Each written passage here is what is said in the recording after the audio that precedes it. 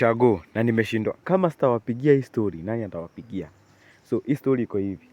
Mimi sijui mnaenda to what extent, but hii sijui inakaaje. Kwa hivyo hizi nasikianga tu mademu wanaweza kufanyia spell na menstrual period yao.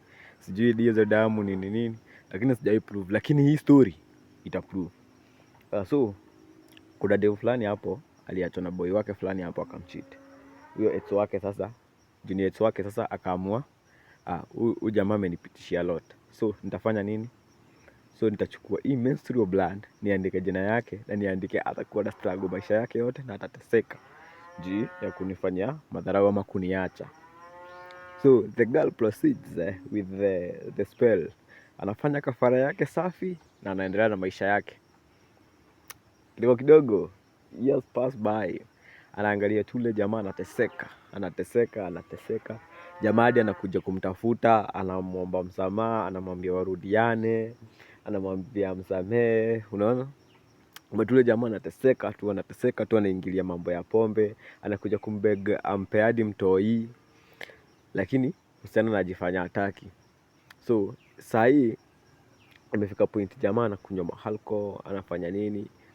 Anateseka deadly, yani ako state yake ya life hii, maisha imemuita mkutano hii Nairobi mbaya.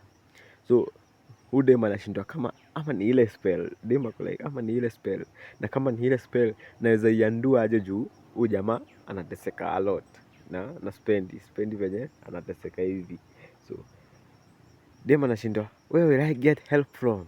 Lakini vitu zingine zenye mnafanyanga hapa madem, achaneni hizi vitu bwana.